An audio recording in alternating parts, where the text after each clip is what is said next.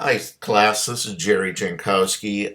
This is the first video that we're going to have regarding our food packaging. This one is about food packaging design and branding. All right. I'm giving this to our Zoom meeting. For those of you who are not here, I am doing this video. All right. So, according to the Food Marketing Institute, the average supermarket in the United States sells approximately 40,000 different product brands. This is $600 billion industry, and it relies heavily on growers, manufacturers, distributors, and you, packaging designer. Packaging design is so hot right now that I have been doing packaging design. It was my first job when I first moved here to California, and that was the mid 80s. I still do it. It has not slowed down. It seems like there's more work now than ever.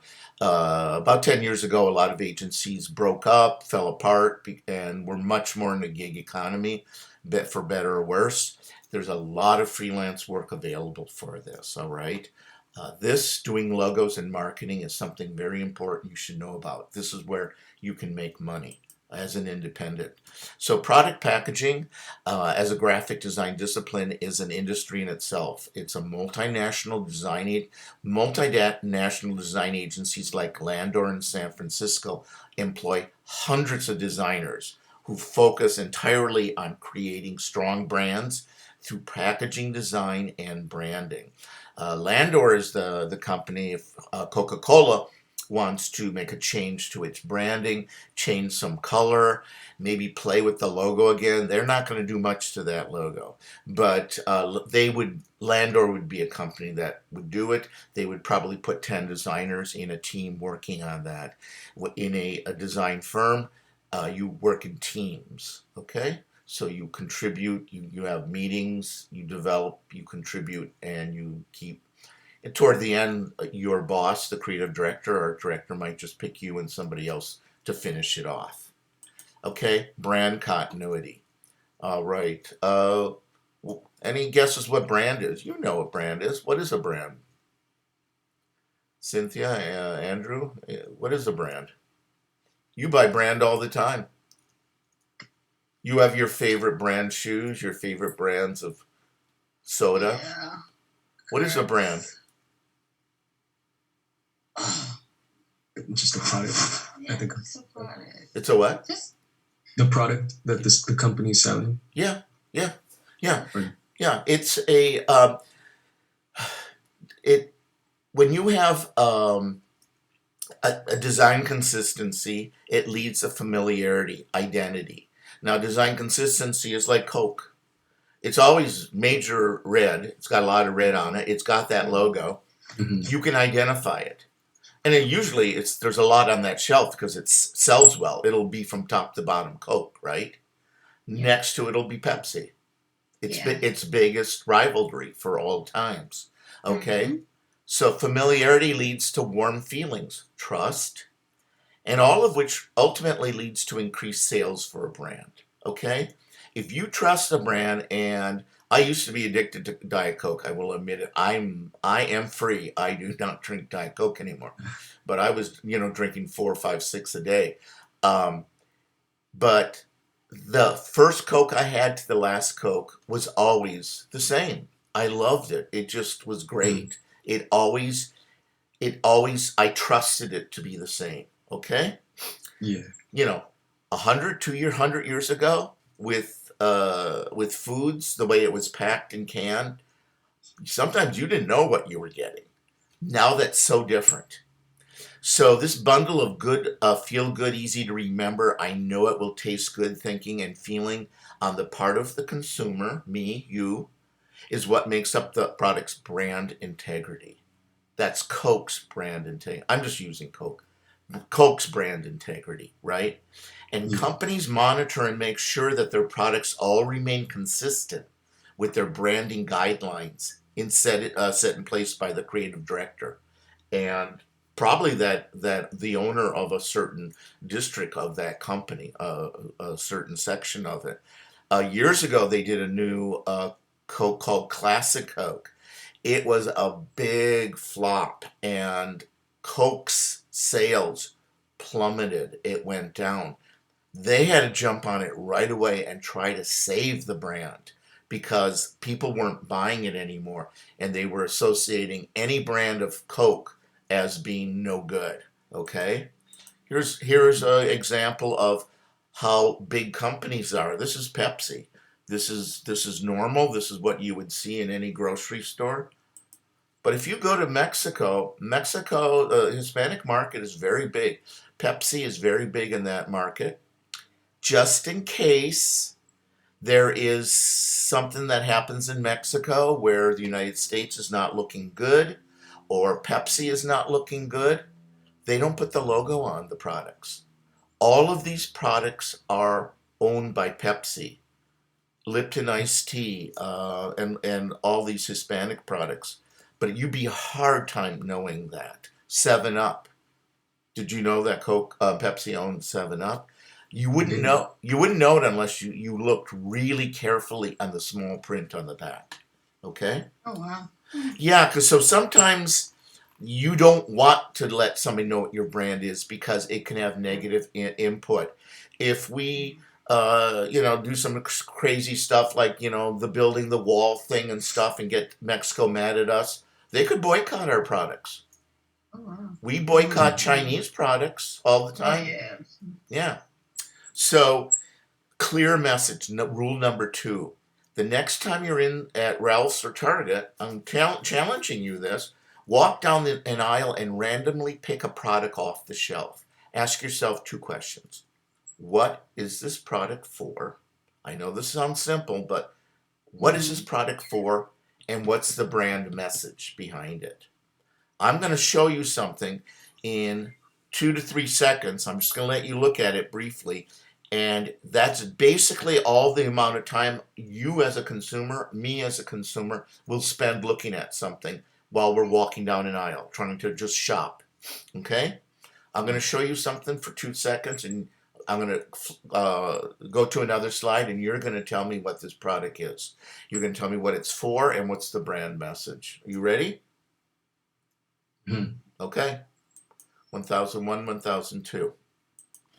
Okay. Cleaning. What is that product? For cleaning. For cleaning? Mm-hmm. What's the brand? It's like a multi-purpose. You can use it for cleaning. You can use it for your laundry. Okay. For different things. I think you've used it. Yeah. If I've never seen that before or like used it, then I would probably guess it was like a drink or something. That's okay. This is what I'm going to get at, Cynthia. You nailed it. That's what it is. Of course, that's what Fabuloso is. It's very big in the Hispanic market. It'll probably grow in the California market for everybody. It's priced right. I've seen it at Ralph's. Okay, but I could ask, and some of the answers I've gotten from students, it's that it's a quality energy drink. It's a cheap drink with artificial flavor. Or it's a fruit scented cleaner for my bathroom and kitchen. It's the number 3, of course. But what if somebody is at home and it's somewhere easily to get in on the shelf, and some little kid 2-3 years old gets it? What are they going to think it is? They probably think it's a drink. Okay. Don't you think this is a wrong message? Yeah, the fruit makes it seem like it's like a fruit drink. Exactly. Cynthia, what is your opinion? Do you think this is the wrong message to sell? I don't see any message saying this is a cleaning product. I see fruit juice. Yeah, that's true. Okay. Okay, here we go. How about this? What about these products? What do you feel about them? How about this banana that's in plastic? Single banana. Would you buy that? I've never seen a single banana package like that. I hope I never do. Would you buy that? Probably not. No. Probably just get the bundle. No, I know. Even if you just break off 3. Look at the packaging here. What are they selling here? Are they selling race cars? Are they selling tornadoes? Are they selling? What are they selling? Chicken. Race car doesn't. No. Yeah. But yeah, it is weird how they have like the race car right there. Okay. Yeah. A third of this is for this ticket to enter, ticket to ride. Okay, 2. Mm-hmm. Okay, who does this appeal to? Kids. You sure? People who like race cars. I don't know. I'm thinking. Well, it could, for kids, but I don't know now. So Yeah. I don't know. I don't know. I'm gonna be frank with you. I think it's older white guys, Really? and not me. Yeah. You Yeah, know I feel like the guys Okay. that go to those NASCAR. NASCAR races. You know. Yeah. Okay. Okay. Now you say that. Yeah. What do you think, Andrew? Yeah, no, I can agree. Adult guys or kids, boys? Adults. Maybe both. Maybe boys would be into it. Could be. Yeah. I used to go to NASCAR racing when I was a kid. Okay, so I've been to a couple. yeah. So here's rule number 3. Mm-hmm. Originality. Okay. Now think about this is going to be for you, and I'll give you a link to this lecture so that you can look at it again. But originality, character, and memorabilia are at the heart of a great brand and great packaging design. If you kind of still in the back of your mind remember something when you walk out of a store, that's good. That's good. So with all those hundreds of products, you really are fighting for some recognition. Now here I put for originality, this is just Photoshop. I took a fish, I put toothpaste here, and I got some caviar coming out. Now this is just a joke, but this will kind of be a fun thing for caviar if you like caviar. Okay, so make your packaging design have an unusual design style with strong visuals. For example, if everybody is using photographs, use an illustration or do all type, all letters. If everybody is using a horizontal layout, go vertical, go up and down. If most designs are doing something retro, try something much more contemporary looking. If your competitors all have white backgrounds, do black or color. Doesn't this really show out organic? Yeah. Yeah. And technically, black is kind of, in a way, can sometimes be a bad color, but here it works. Yeah, because it makes everything else pop out. Yeah. What about this? Do you like this or not like it? It's for gum. Yeah, that's pretty smart. And this is cool, isn't it? It's fun. Yeah. Yeah, it catches your eye. Yeah. Also, just nice, bold, graphics work too. That's what I would consider this. And sometimes just something kind of fun. I'm going to talk about the 3 different types of big trends right now. Heritage, modern, and whimsical. This would be whimsical. Look at this. It looks like, kind of a kid did the writing. Well, a kid didn't do the writing. This is actually pretty sophisticated. I like it. I don't know about you, but I like this. I like this whimsical. But rule 4, make sure you're designing for today. Everybody is in on the latest styles of photography, colors, fonts. Everybody is in on what is really big. Okay, we are mixing different cultures. We're mixing Spanish and English, Chinese and English, Japanese. We are just doing lots of mixing here now too. Okay, so what's important is not to look outdated. This is all retro stuff. This is from the 50s. It's okay to look retro, but don't look outdated. That's not good, especially with food. Okay? So keep pace with what's out there. Get online and check out. These 3 are great for getting ideas. Before I do any design, I get inspiration. I can't just pull stuff out of my head.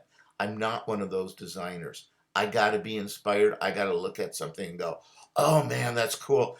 I'm going to try something like that, and then I'm going to just keep developing it. That's usually what I do. And so we are of a wrap up here. Packaging design is a large and demanding design field, and it's always looking for designers who can deliver both product originality and sales performance. Packaging is the last message a consumer sees and the last chance to convince them to buy the product. Okay? You want that consumer to pick your box, your carton, your packaging off the shelf and look at it. If you can do that, you got a 50-50 chance of selling. Okay? Brand continuity, sending a clear message. Is this a cleaner or is this a fruit juice? Being original and establishing shelf impact. Wow, I'm going to just walk over there and see what that is. That looks so cool. Are important rules to keep in mind. Learn by looking at what's out there. I learned by sharpening my eyes and looking. I usually spend a lot more time in the grocery store just looking at what's new. Okay? Take the time to figure out what works and what doesn't work and why. Taking something apart and putting it back together is the best way to learn.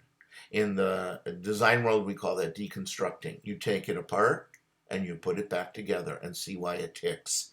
For further reading, there's this blog. It's 99 designs. This one is on packaging. You'd have to type it in. I don't think you can just click on it. Really good, some really good information. So,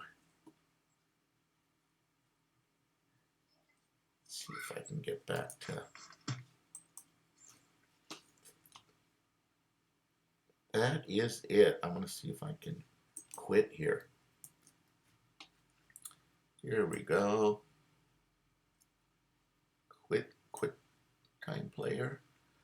And I'm going to call this number 1 lecture packaging design.